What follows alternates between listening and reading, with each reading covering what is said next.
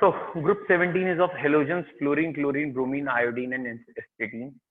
They are salt forming nature. They are obtained from sea.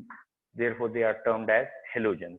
जैसे अगर NCERT की अगर एक लाइन पढ़े तो Greek mean halo mean salt and genes means born. तो सॉल्ट बॉर्न है, तो ज्यादा बेटर है हम सी वर्ड को हटा के सॉल्ट कहें. सॉल्ट बॉर्न होते हैं दिस वन. अब इसके बाद that is electronic configuration NH2 NP5. Clear है? कॉन्फ़िगरेशन में दिक्कत नहीं है. NH2 NP5 है. फ्लोरीन में डी सबशेल नहीं है, बाकी सब में है. तो फ्लोरीन 2s2 2p5 होगा, वहां डी नहीं. Followed by atomic and ionic radii या साइज. तो टॉप से बॉटम साइज हमेशा बढ़ता है. तो इस ग्रुप में भी फ्लोरीन स्मॉलेस्ट है, क्लोरीन उससे बड़ा, ब्रोमीन उससे बड़ा, आयोडीन उससे बड़ा, एस्टेटाइन सबसे बड़ा. तो टॉप टू बॉटम इनका साइज बढ़ेगा. ठीक है. Next is ionization enthalpy.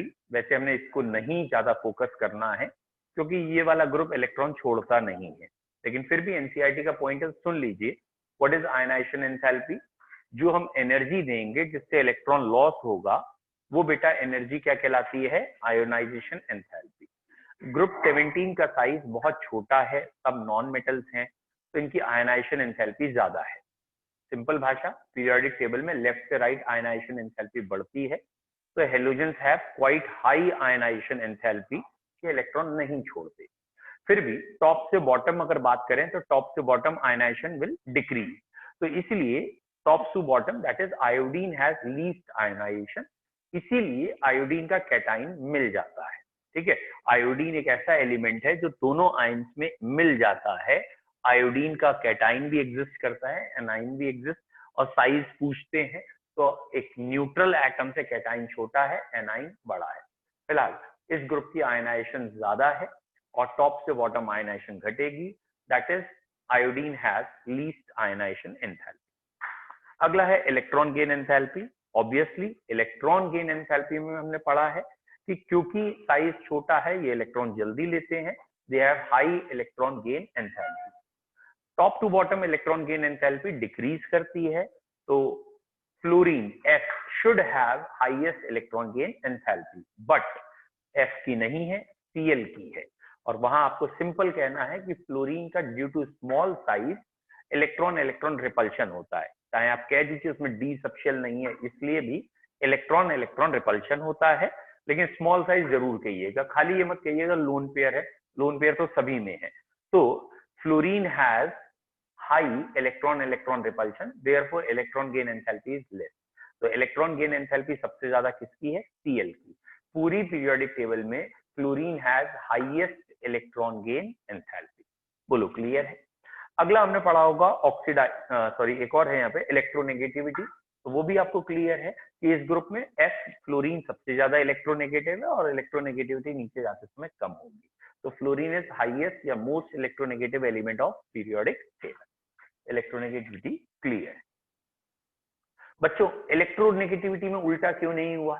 मतलब जैसे इलेक्ट्रॉन गेन एंथैल्पी में रिवर्स हुआ, इलेक्ट्रोनेगेटिविटी में क्यों नहीं हुआ? तो इसका सिंपल आंसर है electronegativity is the property of bonded atom. यानी बॉन्ड बन गया है, उसके बाद की प्रॉपर्टी है इलेक्ट्रोनेगेटिविटी. बॉन्ड बनने के बाद इलेक्ट्रॉन को अपनी तरफ अट्रैक्ट करने की. जबकि इलेक्ट्रॉन गेन एंथैल्पी में अभी बॉन्ड नहीं बना, आइसोलेटेड एटम को इलेक्ट्रॉन गेन करना था, तो वहां इलेक्ट्रॉन इलेक्ट्रॉन रिपल्शन था. ठीक है. तो ये याद ध्यान रखिएगा, electronegativity is property of bonded atom while electron gain enthalpy is property of isolated atom. यहां तक क्लियर है? अगली हेडिंग ऑब्वियसली जैसे बुक में अगर हम चलें तो वो फिजिकल प्रॉपर्टीज देते हैं. जैसे फ्लोरीन क्लोरीन दोनों गैसेस, ब्रोमीन एक लिक्विड है और आयोडीन सॉलिड है. तो जैसे हम टॉप से बॉटम जाते हैं फिजिकल स्टेट गैस से लिक्विड और लिक्विड से सॉलिड में चेंज हो रही. क्यों? कॉमन सेंस कि शुरू में वंडरवॉल फोर्सेस कम थे और वंडरवॉल फोर्सेस कम होने की वजह से शुरू के मेंबर गैस थे. जैसे ही नीचे बढ़े तो वंडरवॉल फोर्स बढ़ गए तो लिक्विड में चेंज हुआ, और नीचे बढ़े आयोडीन में तो वंडरवॉल फोर्स बढ़े. Van der Waals forces are directly proportional to molar mass और सरफेस एरिया. तो जैसे जैसे नीचे जाते हैं तो molar mass and surface area increases, therefore van der Waals force increases and therefore physical state changes from gas to liquid to solid. Clear है। अब इसमें भी ना कलर्स भी हैं, लेकिन उसमें को अभी हम इतना ज्यादा फोकस नहीं कर रहे हैं कि कलर्स क्या क्या है। मतलब जैसे fluorine has yellow, chlorine has greenish yellow, bromine has red and iodine has violet colour. तो अगर कोई कहता है ये कलर क्यों आ रहे हैं भैया और ये अलग अलग कलर क्यों हैं, तो आपको एक ही पॉइंट बार बार कहना है कि विजिबल रीजन से ये कुछ वेवलेंथ एब्जॉर्ब करते हैं, इलेक्ट्रॉन जंप करते हैं और उसका कॉम्प्लीमेंट्री कलर दिखता है। मतलब इलेक्ट्रॉन का ट्रांजिशन होता है लोअर एनर्जी स्टेट और हायर एनर्जी स्टेट में, और उस ट्रांजिशन की वजह से, इलेक्ट्रॉन ट्रांजिशन की वजह से यहाँ हमें क्या ऑब्जर्व होगा, कलर ऑब्जर्व। बोलो कोई डाउट है यहाँ तक? यहाँ तक किसी बच्चे को डाउट है तो जल्दी पूछिए। इसके बाद हमने एक इम्पोर्टेंट पॉइंट पढ़ा था, जोर से बोलो बेटा, फिर से बोलो। सर ये कलर वाला पॉइंट फिर से बता दीजिए। कलर वाला पॉइंट में तो हमने कुछ कहा नहीं, लेकिन फिर से सुन लीजिए। कलर वाले पॉइंट में हमने सिर्फ ये कहा है कि इनके कलर्स अलग अलग हैं। क्लोरीन का एक तरीके से येलो और ग्रीनिश येलो है, ब्रोमीन रेड ब्राउन लिक्विड कहलाता है, और आयोडीन ऑब्वियसली वॉयलेट सॉलिड है, और अगर ब्रोमीन के लिखे हैं रेड है। तो ये कलर्स जो है इनके अलग अलग क्यों हैं, तो इसका एक रीजन हम जनरल कहते हैं, विजिबल लाइट जब इनके ऊपर फॉल होगी तो लाइट की कुछ वेवलेंथ एब्जॉर्ब होगी और इलेक्ट्रॉन का ट्रांजेक्शन होगा। जो वेवलेंथ एब्जॉर्ब होनी थी वो तो हो गई, जो उसका कॉम्प्लीमेंट्री कलर होगा, जो भी रिफ्लेक्ट हो जाएंगे वो कलर हमें दिखेंगे। It is known as absorption spectrum, कि हमने लाइट दी, उसमें से कुछ लाइट एब्जॉर्ब हो गई और रिफ्लेक्ट हुई, वो हमें दिखी। मतलब जैसे आप प्रैक्टिकली सोचो, एक अंधेरे कमरे में बैठे हो आप, जैसे ही आप लाइट ऑन करते हो तो आपको चीजें दिखने लगती हैं, कलर में दिखने लगती हैं, और जब तक वो अंधेरा होता है तो दिखती नहीं। दैट मीन्स जब व्हाइट लाइट उनके ऊपर पड़ती है तो वो कुछ कलर एब्जॉर्ब कर लेते हैं, रिमेनिंग कलर फिर एक तरीके से रिफ्लेक्ट होते हैं, वही हमें दिखते हैं, वही यहाँ कलर दिख रहे हैं जिस पर। ठीक है। इसके बाद एक इंपॉर्टेंट प्रॉपर्टी हमने पढ़ी थी जिसे हम कह सकते थे XX बॉन्ड एंथैल्पी, और आई होप तो आपको याद हो कि क्लोरीन की बॉन्ड एंथैल्पी ज्यादा है, ब्रोमीन कम है, साइज बढ़ गया, आयोडीन और कम है क्योंकि साइज बढ़ता ही है। But the exception is, very good, बहुत बढ़िया बच्चों, ये एक्सेप्शन अगर आपको याद आ गया तो बहुत अच्छी बात है कि फ्लोरीन की बॉन्ड एंथैल्पी कम है। बेटा क्यों कम है? क्योंकि यहाँ लोन पेयर रिपल्शन बहुत ज्यादा है। ज्यादा क्यों है भाई? बाकी में भी लोन पेयर है, तो आप कहोगे इसका साइज कॉम्पैक्ट है, इसमें डी सबशेल नहीं है, बहुत छोटा एलिमेंट है फ्लोरीन, दोनों फ्लोरीन बहुत पास में है और रिपल्शन ज्यादा है। और रिपल्शन ज्यादा होने की वजह से जब इन पे अटैक होता है तो ये बहुत जल्दी टूट जाते हैं। सिंपली बॉन्ड लेंथ की बात नहीं कर रहा हूं, बॉन्ड एनर्जी की बात कर रहे हैं, इसकी बॉन्ड एनर्जी बहुत कम है। इसके बाद एक क्वेश्चन एनसीईआरटी का ही है कि फ्लोरीन इज क्वेश्चन है, although the electron gain enthalpy of fluorine is less negative as compare to chlorine. याद आ गया होगा, इलेक्ट्रॉन गेन एंथैल्पी एफ यानी फ्लोरीन की कम है Cl से। Sir low enthalpy of FF bond की कम है सर। पढ़ने दे मेरे भाई, क्वेश्चन पढ़ने दे। ठीक है, इसके आगे क्वेश्चन है, fluorine is a stronger oxidizing agent why. तो ये हमने कल पढ़ लिया था, और जो एक दो बच्चे याद करके बैठे हैं वो बिल्कुल सही कह रहे हैं। इसका रीजन क्या था? इसका रीजन था low bond dissociation enthalpy and high hydration. ये याद करना, ये बहुत इंपॉर्टेंट था। अब हम अगली हेडिंग पे आ गए थे, इसके बाद केमिकल प्रॉपर्टीज या वैलेंसी कह लें या केमिकल ट्रेंड कह लें। तो वहां हमने शायद एक पॉइंट लिखा होगा कि फ्लोरीन सिर्फ एक ऑक्सीडेशन स्टेट शो करता है -1, और बाकी मेंबर 1, 3, 5, 7 4 शो कर सकते हैं। -1, +1, 3, 5, 7, और 3 वाले को याद रखना था, जब ऑक्सी एसिड आएंगे तो अस कहेंगे, और 5 वाले को इक कहेंगे। क्लियर है? और अगर बाई चांस 7 आ गया, पर कह देंगे। ठीक है, पर एक, जैसे पर आयोडिक एसिड, पर क्लोरिक एसिड, ये वर्ड आ जाएंगे। बोलो यहां तक क्लियर है? अच्छा, अब इसमें केमिकल रिएक्टिविटी में एक पॉइंट यहां दे रखा है, वही पॉइंट मैं आपसे पहले डिस्कस कर ले रहा हूं, कौन किसे डिस्प्लेस कर सकता है। जरा ध्यान से देखिएगा, ये एक वैसे कॉमन सेंस की बात है, जो मोर इलेक्ट्रोनेगेटिव है वो लेस इलेक्ट्रोनेगेटिव को क्या करेगा? Displace. It is a common sense. फिर से सुनो क्या कह रहा हूं बच्चों। मैं ये कह रहा हूं कि जैसे ये लिखा है NaCl, तो यहाँ क्लोरीन की ऑक्सीडेशन नंबर आपको दिख रही होगी -1 है ना, क्लोरीन का कंपाउंड है NaCl। अब मैं कह रहा हूं यहाँ पे फ्लोरीन आ गया सपोज, और अगर ये फ्लोरीन आ गया तो ये NaF बन जाएगा और क्लोरीन अलग हो जाएगा।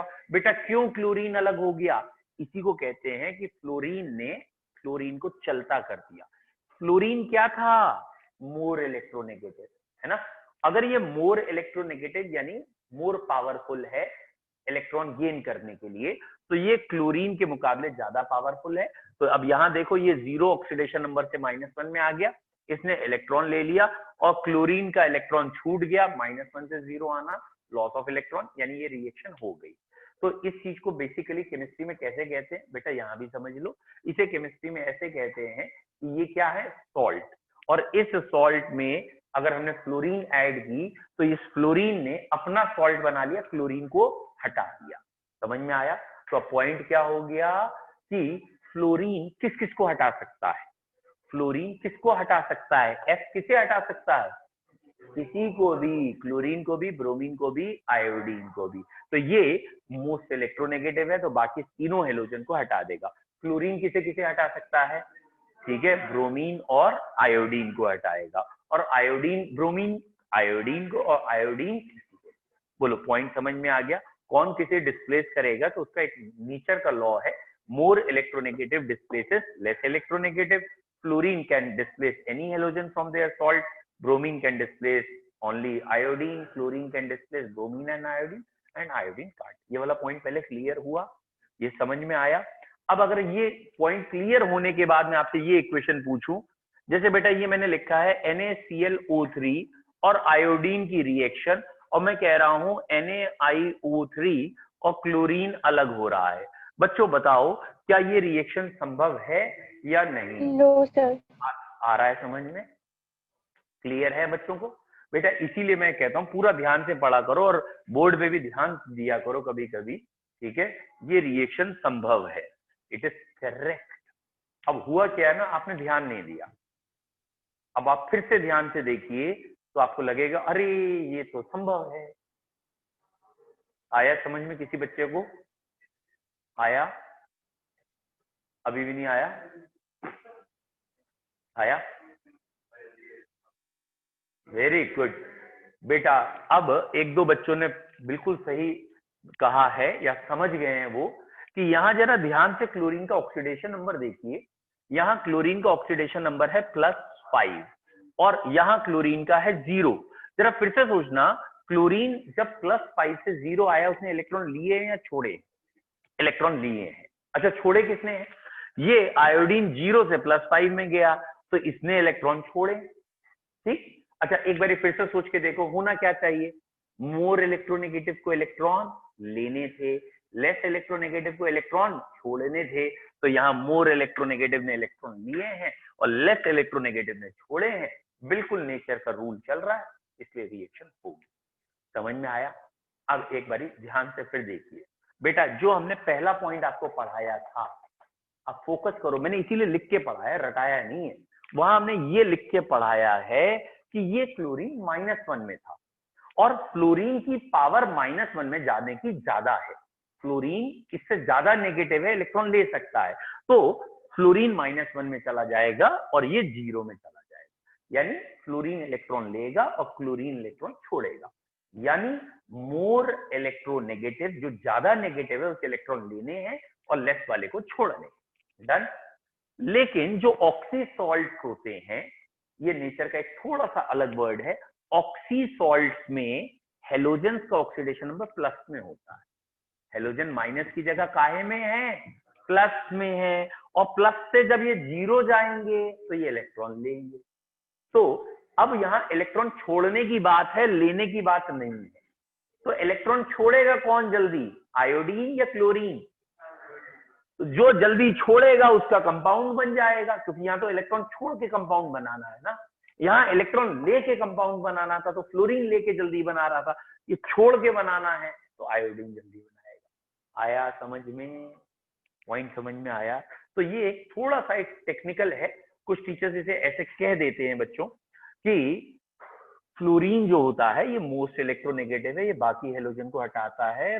क्लोरीन ब्रोमीन आयोडीन को हटाता है, ब्रोमीन खाली आयोडीन को, आयोडीन किसी को नहीं हटाता, ठीक है। But in case of oxy salt reverse of this, वो एक नीचे लिख देते हैं कि ऑक्सी सॉल्ट में इसका उल्टा होता है, मतलब आयोडीन किसी को भी हटा देगा, ब्रोमीन क्लोरीन और फ्लोरीन को हटाएगा, और क्लोरीन खाली फ्लोरीन को हटाएगा, और फ्लोरीन किसी को नहीं हटाएगा। समझ में आया? तो उन्होंने क्यों कहा ऑक्सी सॉल्ट में रिवर्स होता है? क्योंकि ऑक्सी सॉल्ट में यहाँ का ऑक्सीडेशन नंबर काहे में है? प्लस में। और प्लस में जब ऑक्सीडेशन नंबर है तो भैया जो प्लस में जल्दी रह सकता हो वही रहेगा, और जो प्लस में रह ही नहीं सकता वो क्यों जाएगा प्लस में। Is it clear? पॉइंट समझ में आ गया? तो चाहे तो आप यही भाषा लिख लीजिए, और चाहे तो अगर आपको समझ में आ गया हो तो सिंपल रेडॉक्स। सिंपल रेडॉक्स क्या है? इसने इलेक्ट्रॉन छोड़ा, इसने लिया, जिसने इलेक्ट्रॉन छोड़ा है इट शुड बी इलेक्ट्रोपॉजिटिव, और जिसने इलेक्ट्रॉन लिया it should be more electronegative. जो भी इलेक्ट्रॉन ले रहा है वो ज्यादा नेगेटिव होना चाहिए। अब यहाँ चेक करो, ये +5 से 0, +5 से 0 इलेक्ट्रॉन ले रहा है, और अगर ये इलेक्ट्रॉन ले रहा है तो it should be more electronegative. तो इन दोनों के कंपैरिजन में ये नेगेटिव है, इसलिए ये रिएक्शन सही है। समझ में आया बेटा? आ गया पॉइंट? ठीक, तो मैं बोल दे रहा हूं, अगर आपने अपनी भाषा में लिख लिया तो मत लिखना, और अगर आपको नहीं लिखा है तो आप लिख लीजिएगा। क्या है? हाँ बेटा, आप यही कह सकते हैं डिस्प्लेसमेंट रिएक्शन। डिस्प्लेसमेंट की पावर है ना, डिस्प्लेसमेंट रिएक्शन। ठीक है, बोलो। Fluorine can displace any halogen, fluorine can displace any halogen, fluorine किसी भी हेलोजन को हटा सकती है फ्रॉम देयर हैलाइड सॉल्ट। ध्यान दीजिए, मैंने वर्ड क्या बढ़ा दिया? Halide salt. मतलब ये IDE यानी -1 में होनी चाहिए सब। ठीक है, तो fluorine can displace any halogen from their halide salt, comma, while chlorine can displace bromine and iodine, comma, bromine can displace only iodine, bromine and iodine। ठीक है, बोलो बेटा, क्लियर है? Bromine and iodine.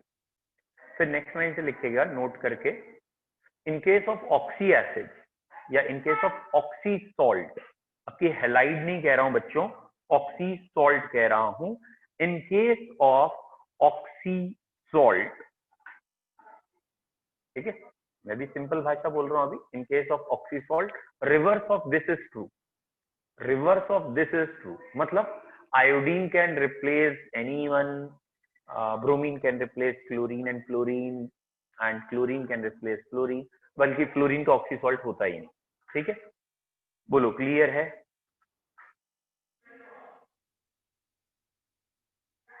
ठीक, डन, कोई doubt तो नहीं? चलिए नेक्स्ट, एक रिएक्शन एनसीईआरटी ने दे रखी है और वो इनकी ऑक्सीडाइजिंग पावर को प्रूव कर रही है। और कमाल की बात ये है, IIT ने भी इस साल अपने एडवांस के लेवल में इस क्वेश्चन को रखा था, पूछा था इस साल के अभी के। ठीक है, तो वो सिंपल यही रिएक्शन, बहुत सिंपल मतलब आते ऐसे ही क्वेश्चन है, लेकिन इस समय याद तो हो ही जाएंगे, एग्जाम के टाइम पे याद आए ना, जब पूरा कोर्स है PCM का सब याद आए। ठीक है, चलिए बेटा, तो ये वाला क्वेश्चन IIT का इस साल का था कि फ्लोरीन जो है ऑक्सीडाइजेस वाटर। ठीक है, फ्लोरीन वाटर को ऑक्सीडाइज करता है, और कौन सी गैस लिबरेट होती है? तो it is a common sense, ये बहुत ही सरल क्वेश्चन है उनकी भाषा में।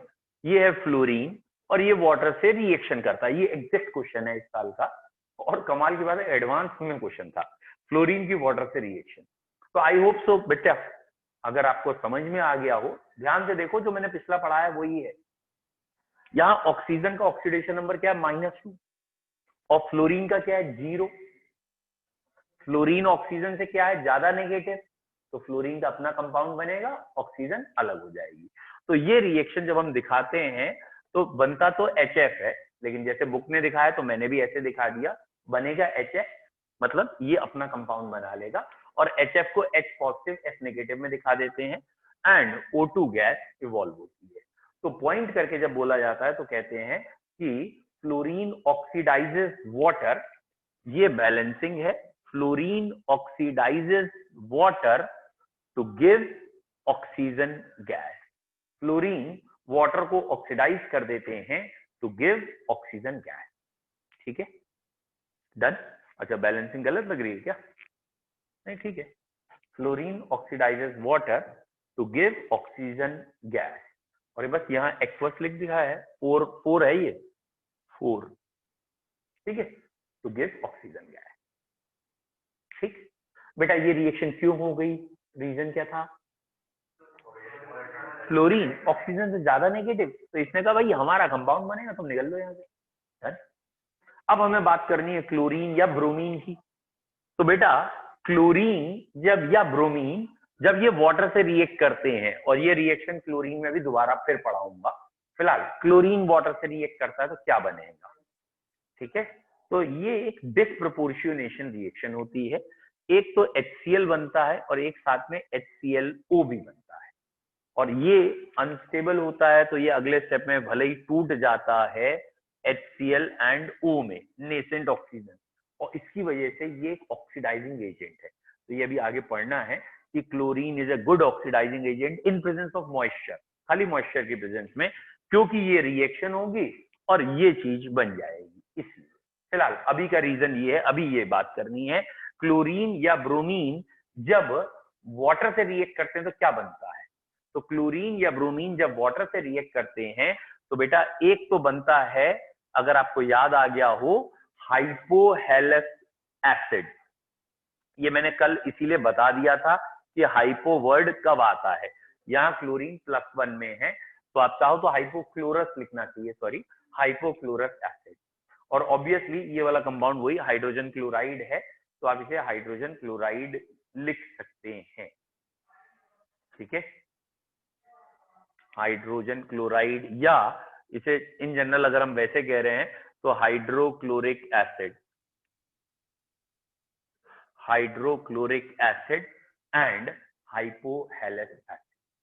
तो ये क्लोरीन या ब्रोमीन के लिए बेटा। तो क्लोरीन या ब्रोमीन जब वाटर से रिएक्ट करते हैं तो ये बनता है। ठीक है, डन, लिख लिया।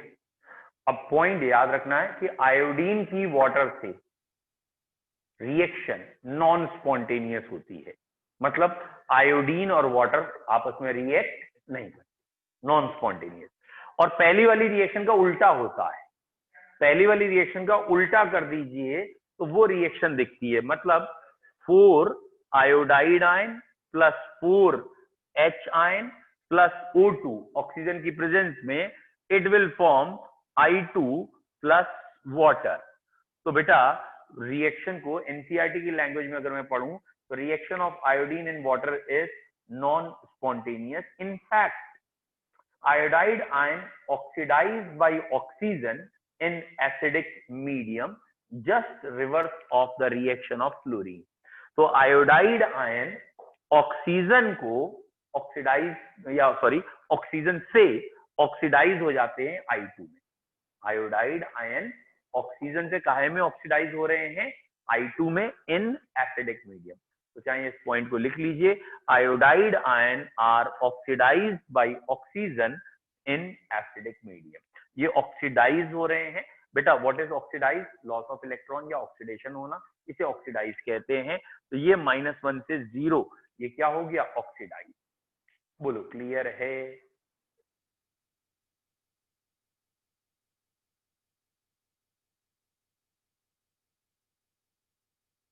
डन। इन सारे पॉइंट को जल्दी से पढ़ के देख लीजिए, जिस बच्चों को डाउट है वो पूछिएगा, यहाँ तक के प्रॉपर्टीज में। और इसके बाद हमें जो स्टार्ट करना है, वैसे जनरल केमिकल आएंगी, रिएक्शन विद ऑक्सीजन है, या रिएक्शन टुवर्ड्स मेटल है, या रिएक्शन टुवर्ड्स हेलोजन, जरूरत कम पड़ेगी। चलिए जल्दी से इनमें से कोई डाउट है तो जल्दी पूछिए। और आखिरी वाली रिएक्शन, ये तीनों जरा ज्यादा इंपॉर्टेंट है। ये जो लास्ट में हेलोजन वाली रिएक्शन बोली है, ये ज्यादा इंपॉर्टेंट है।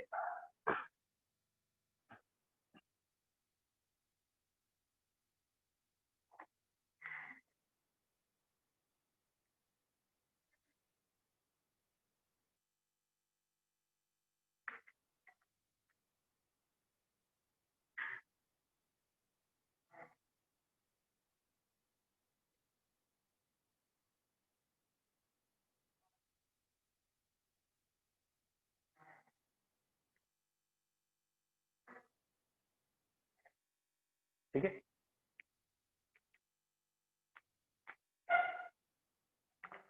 बेटा एनसीईआरटी में एक हेडिंग दे रखी है, उसमें क्वेश्चन भी होता है, that is anomalous behaviour of fluorine. Fluorine का एनॉमलस बिहेवियर है, वो कहते हैं give any two properties due to anomalous behaviour of fluorine, या फिर क्वेश्चन ऐसे आता है कि why fluorine has anomalous behaviour, क्या लिखोगे आंसर? और यही नाइट्रोजन में था, यही ऑक्सीजन में था, यही फ्लोरीन। वेरी गुड, तो आप सुन लीजिए, कई बार हो चुका है। आपको वहां लिखना क्या होगा? स्मॉल साइज, हाई इलेक्ट्रोनेगेटिविटी, और फ्लोरीन के लिए specially low FF bond strength, small size, high electronegativity, low bond strength and non availability of d subshell. तो फ्लोरीन एनॉमलस बिहेवियर क्यों शो करता है? High electronegativity, small size, high electronegativity, small size, non availability of d subshell, d orbital ना होना, और साथ में आप लिख सकते हैं लो एफएफ बॉन्ड एनर्जी। ठीक है, लो एफएफ बॉन्ड एनर्जी।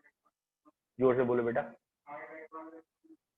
तो वही तो हुआ है उसकी। अच्छा, मतलब वो इलेक्ट्रॉन रिपल्शन होने से बॉन्ड स्ट्रेंथ कम हो गई, तो लो बॉन्ड स्ट्रेंथ का जो रिजल्ट आया वो ये आया।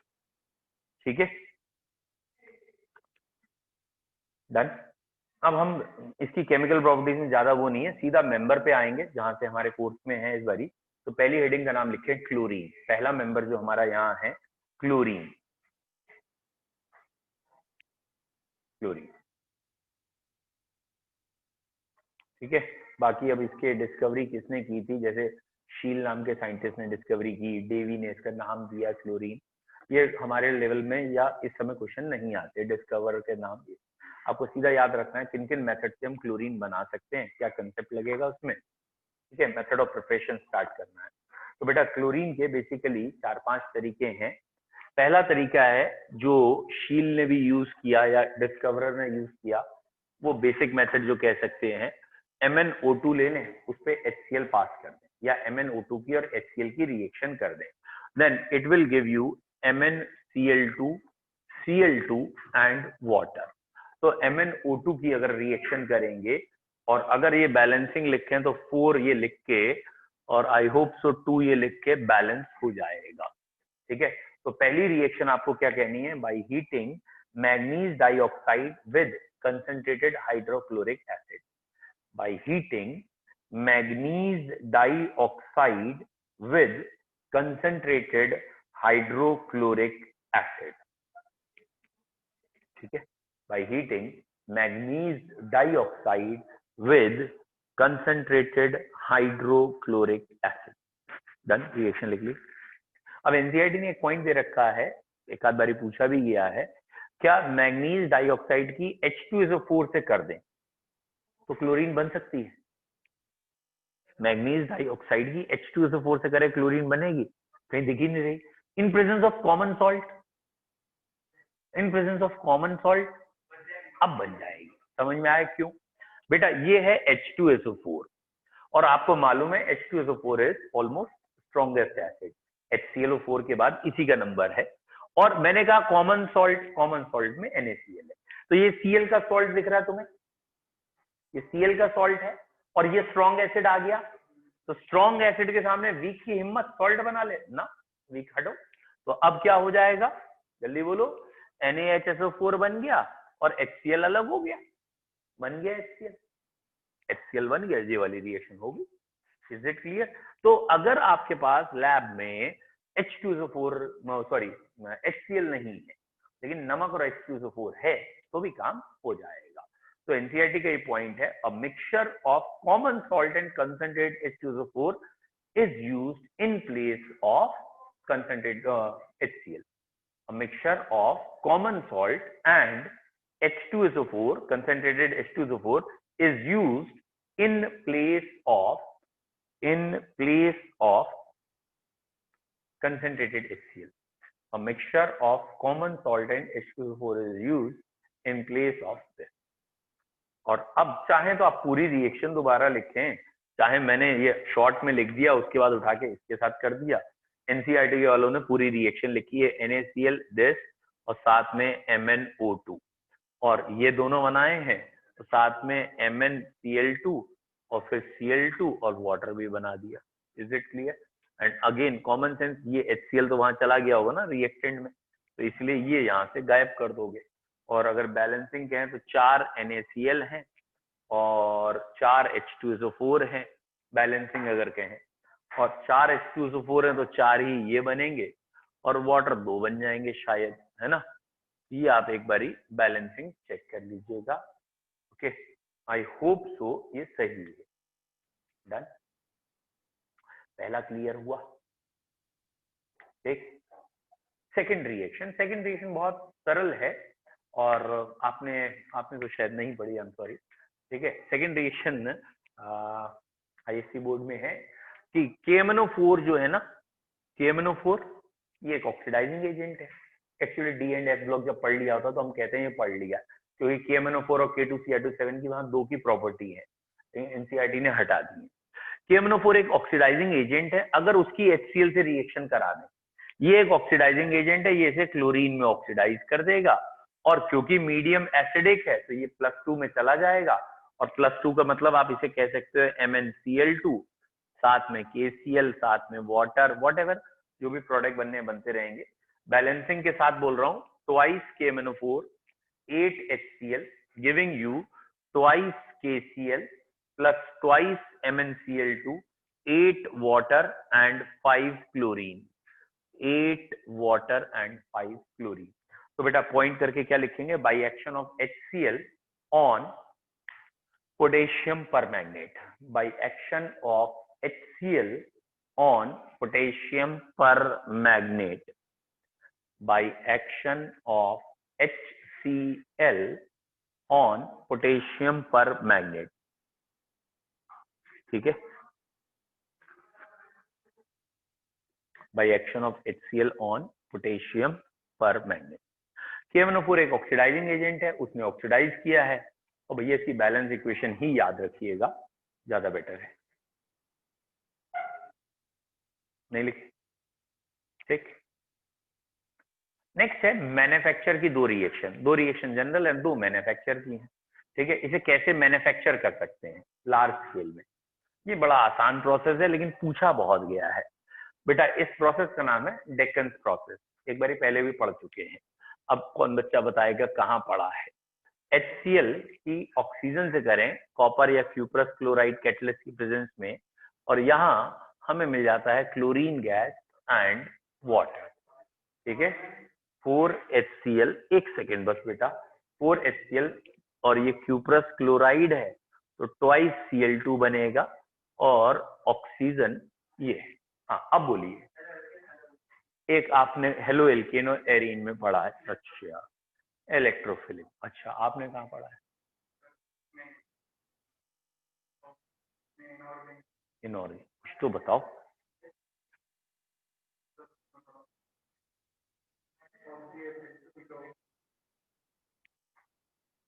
आप बोलो, अब बताओ, इन बच्चों को ये नहीं याद आ रहा, तुझे यहाँ कहीं कार्बन या कुछ दिख रहा है जो ऑर्गेनिक चिल्ला रही है? ऑर्गेनिक का मतलब जानते हो? आधे से ज्यादा तो ऐसे हैं बोले हाँ पढ़ा था, ऑर्गेनिक में पढ़ा, कहाँ पढ़ा, हेलो एल्किन में। अबे यार तुम्हें कौन सा एल्काइल हैलाइड दिखा या एराइल हैलाइड दिखा, क्या दिख गया जो ऑर्गेनिक में तुम्हें पढ़ाया होगा? अरे एक कॉमन सेंस लगाया होता, ये ऑक्सीजन की केमिकल प्रॉपर्टीज में पढ़ा है, ऑक्सीजन ग्रुप 16 में, और ग्रुप 16 में 2 प्रोसेस पढ़ाए हैं, एक डेक्कन पढ़ाया है, एक दो मुंह हिला रहे थे, हाँ याद आ गया, और जैसे मैंने कहा ना 2 पढ़ाए हैं, अब नहीं याद आया, अब भूल गए। दूसरा कौन सा था ऑक्सीजन वाला, ऐसे ही कॉन्टेक्ट प्रोसेस सल्फ्यूरिक एसिड वाला, SO2 + O2 = SO3। तो वहां ऑक्सीजन में हमने 2 रिएक्शन पढ़ी थी, एक तो ऑक्सीजन की जब HCl से करते हैं तो क्लोरीन गैस बनता है, डेक्कन प्रोसेस, और एक ऑक्सीजन की रिएक्शन SO2 वाली। फिलहाल इसको कॉमन सेंस लगा लेना चाहिए, जब मैं कह रहा हूँ ये मैंने तुम्हें पढ़ाया है तो इन्हीं 4-5 शब्दों में सही होगा, इन्हीं 4-5 में ना भाई। अब एक पहुंच गया ऑर्गेनिक में, बोले हाँ ऑर्गेनिक में पढ़ा है, ये जो कह रहा है सही लग रहा है मुझे, ऑर्गेनिक में पढ़ाया है। दूसरा कह रहा है अच्छा इनऑर्गेनिक में पढ़ा है, कहाँ इनऑर्गेनिक में? अब वो इनऑर्गेनिक में पढ़ा है, यहाँ पढ़ा वहां पढ़ा, ऐसे थोड़ी चलेगा काम। जब बेटा ऑक्सी एसिड कहाँ है, वाटर ऑक्सी एसिड, हाँ वो तो मैंने मान लिया गलती है, लेकिन फिर भी मतलब मेरा अभी आपको सिर्फ जताने का ये मकसद है कि अगर मैंने ग्रुप 15 16 के बाद 17 छोड़ा था तो इसलिए छोड़ा था कि जब मैं 17 पढ़ाऊंगा तो कहीं ना कहीं 16 15 थोड़े रिवाइज हो जाएंगे। ठीक है, अब जरा बताना, एक आध ही बता पाएगा, ज्यादा से उम्मीद भी नहीं है मुझे। ठीक है, हमने सबसे पहला कंपाउंड ग्रुप 15 में पढ़ा था नाइट्रोजन। क्या क्या मेथड ऑफ प्रिपरेशन थी? एयर का डिस्टिलेशन, एक एक बोलो भाई, देखो एक एक बताओ। नाइट्राइड से क्या थी? वाह, अमोनिया गैस बन जाएगी नाइट्राइड की हाइड्रोजन। और जो बोलना चाह रहे हैं वो पीछे वाले भाई बता रहा है, वो था एजाइड, NaN3, उसको हीट करते हैं तो प्योर नाइट्रोजन मिलती है। एक ये सही बोले, सोडियम नाइट्राइड की रिएक्शन अमोनियम क्लोराइड से करते हैं तो नाइट्रोजन गैस मिलती है। और एक सोडियम अजाइड और बेरियम अजाइड का थर्मल डिकम्पोजिशन भी था। नाइट्रोजन बनती है। ये 3 मेथड हमने वहां पढ़े थे, और यही रीजन है कि ग्रुप 15 या ये ग्रुप पी ब्लॉक है ना, एक साथ ना पढ़ने का। तो अब ऑब्वियस सी बात है, ग्रुप 17 चल रहा है, इस वीक में हमारा खत्म करने का टारगेट भी है, क्योंकि अगर मैं एनसीईआरटी को मतलब इस साल के कोर्स को लेके चलूं तो खत्म पे ही है ऑलमोस्ट, क्योंकि इस साल ज्यादा है नहीं, प्रॉपर्टीज 2 है, लेकिन फिर भी मैं चाह रहा हूँ थोड़ा सा और स्लो कर लूं।